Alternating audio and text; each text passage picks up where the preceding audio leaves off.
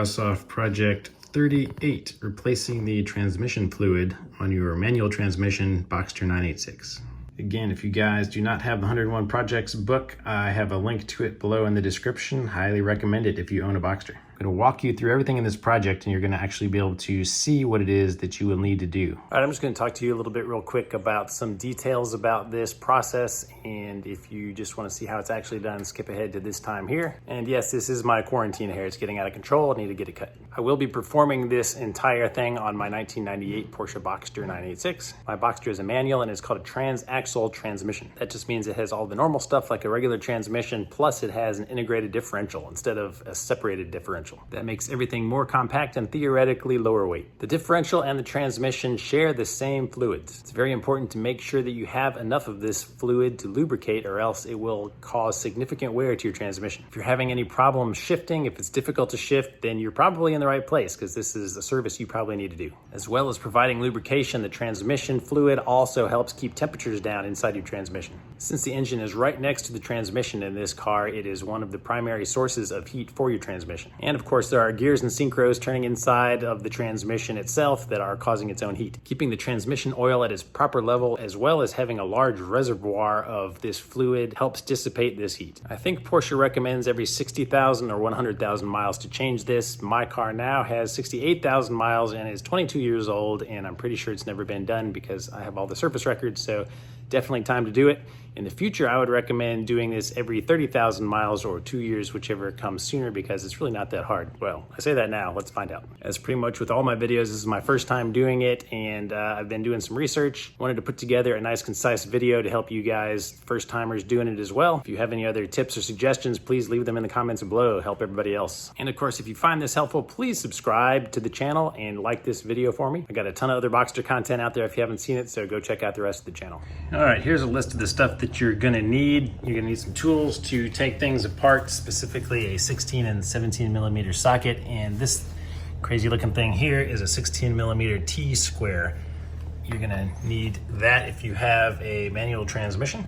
This is just a fluid transfer pump to pump the new fluid into the car. And I'm using the Swepco 201 multi-purpose gear lube. Now there's also a mobile Delvac synthetic 75W90, which I think that's the standard Porsche recommended one. The 101 Projects book recommended the Swepco 201 though. And some socket and a torque wrench. All right, a little correction to what I said at the beginning. It's not a 17 millimeter socket you're gonna need. It is a 17 millimeter hex socket like this. So it's ginormous. I had to make a quick trip to AutoZone to buy it. And while not one of the required components, I highly recommend a shop dog. Okay, typically the first step you're gonna need to do here is lift your car. I have a video on how to do that. If you don't know, you can click on this link here. It'll show you how to lift it. But if you're using a QuickJack like I am, the jack point that is right here, the QuickJack will get in the way of one of these bolts right here that you'll need to take off to remove this cross piece. You'll get a better view of that after I get the car up so you can see where that is. But the first thing I'm going to do is loosen this bolt. I believe it's a 16 millimeter. I'm not going to remove the bolt. I'm just going to loosen it because you'll see that this will just swing out of the way. All right, it turns out that it is a 15 millimeter. So I'm just going to loosen it just until it's finger tight and not remove it, and then go to the other side of the car and do the same thing over there. All right, now it's time to lift the vehicle, and it is very important that the vehicle is level. You cannot just lift the rear of it because you need the car completely level in order to fill it back up. So if you don't have a QuickJack, look in my description and buy one off of this link because you won't regret it.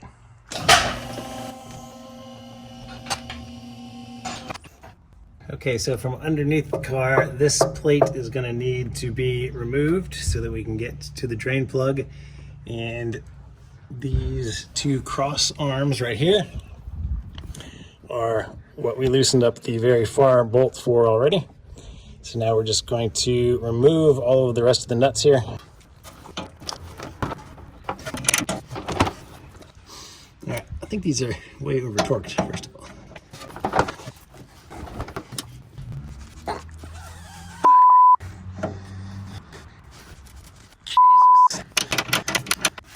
I guess that one was cross-threaded. Holy cow.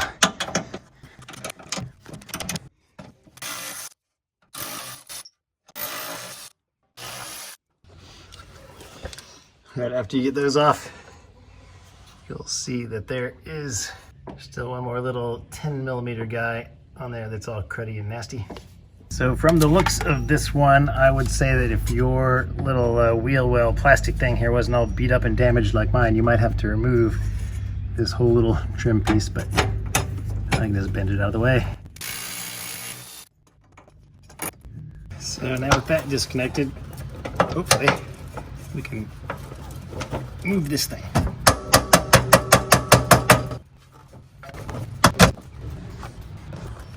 So it should just come down. If yours is not, then it's probably bent like mine a little bit. I can see that the threads here are all the way up touching.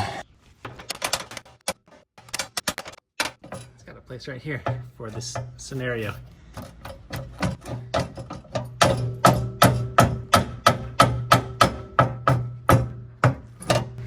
There we go. All right, now, as you can see, we can just swing it out of the way. All right, now we're gonna do the same thing on this side.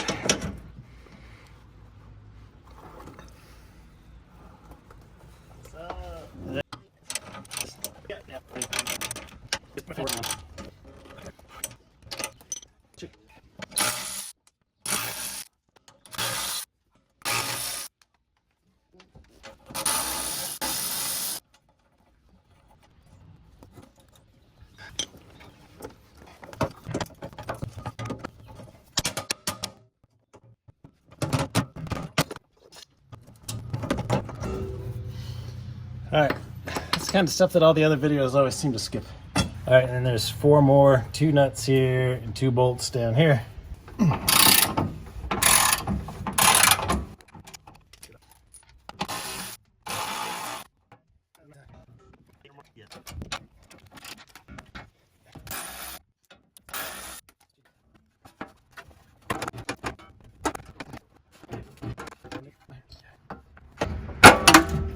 There we go. Okay, so here's our transmission now, and this is our drain bolt.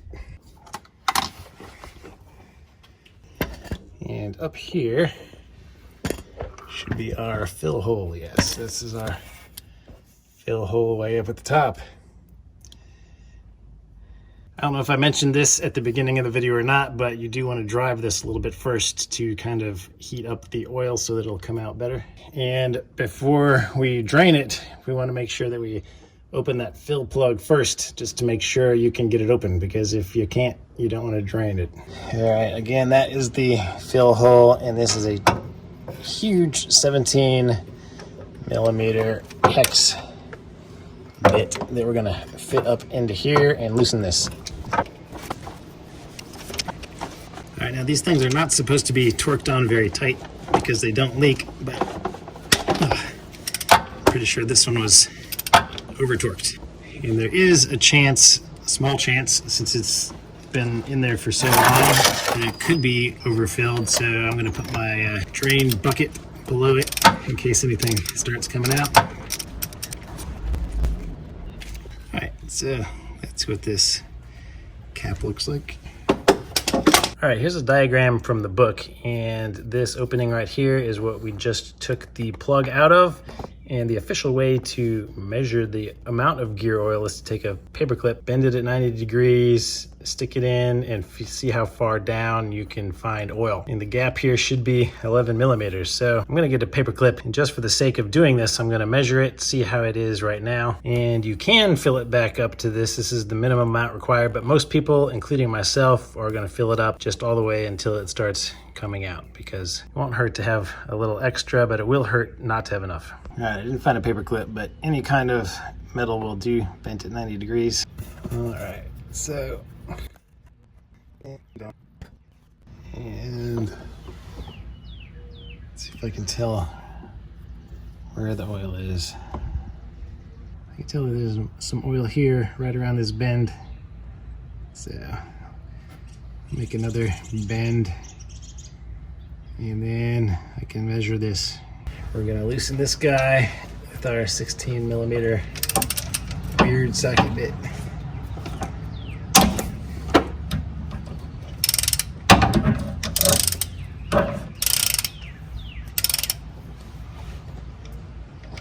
Okay, you might want a glove for this one, and it could be messy. I've got my catch underneath it, and it's gonna come out really fast. It'll probably be splattery. I'm actually gonna hold this up here. Yeah, that's probably a smart bet. Reduce some splash.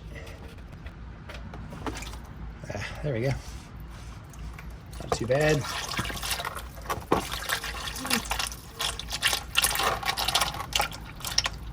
Still kind of splashy. Definitely glad I was wearing gloves.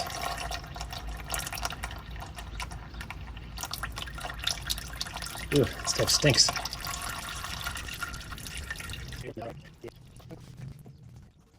Okay, while that's draining, I'm going to clean this plug. It also is magnetic, so you can see where I wiped it off, and there's lots of gunk on it. So get it all cleaned off, and I'm going to clean these threads some. Unlike the oil plug, there is no crush washer on this thing. It's actually flat all the way down the side, goes all the way in here. So when this is done dripping, I'm just going to clean up around the base, inside the threads really well. Then we can screw this back in, make sure it's not cross-threaded. And we're going to torque this down to 18 foot-pounds. And I'm sure you're aware 18 foot-pounds is not very much.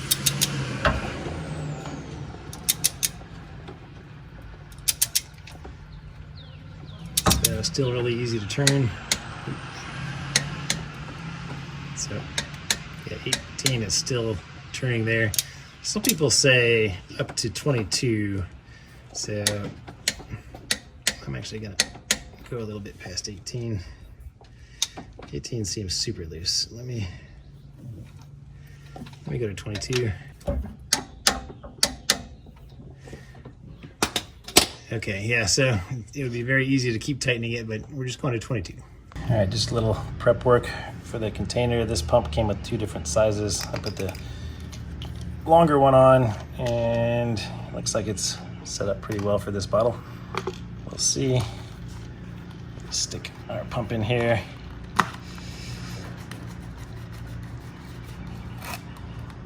Tighten it down, and now we just have a pump action. See, let's twist that to loosen it like soap. And I'll stick this end into the fill hole and pump. All right, this goes in the fill hole. Actually kind of snaps itself in place really easily. And I pump. Ooh, we got a nice blue fluid going in here. So it's supposed to take 3 quarts approximately, and this bottle is 1 gallon, so it's supposed to be more than enough.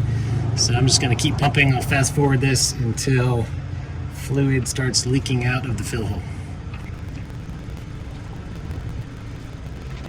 Ooh. All right, there we go. We got a couple drips coming out. I'm just going to give it another pump to make sure it's full. I guess it could have been premature dribble. It's not coming out anymore, so I'm going to keep going. There we go. There's a little more.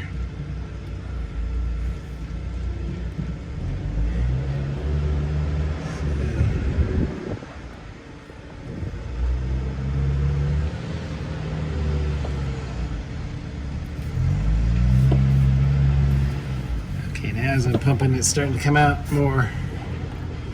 So I'm going to call that full. This off. All right, when it's done dripping, I'm just going to wipe off all of the excess fluid. And I clean the threads on this thing, which it looks a lot like the bottom one, just with a different tool to remove it. Start that by hand, and then I am going to torque this one down to 22 foot-pounds as well.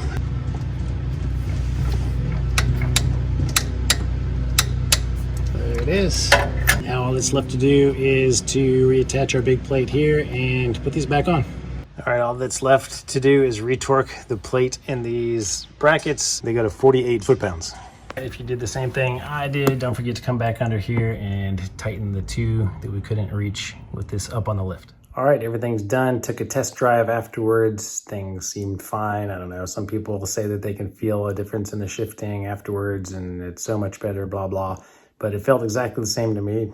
I never had a problem with it though. So I really hope this was helpful, guys. If it was, please make sure you're subscribed to the channel, like the video, all those YouTube things that you're supposed to do. And hopefully I'll see you again soon.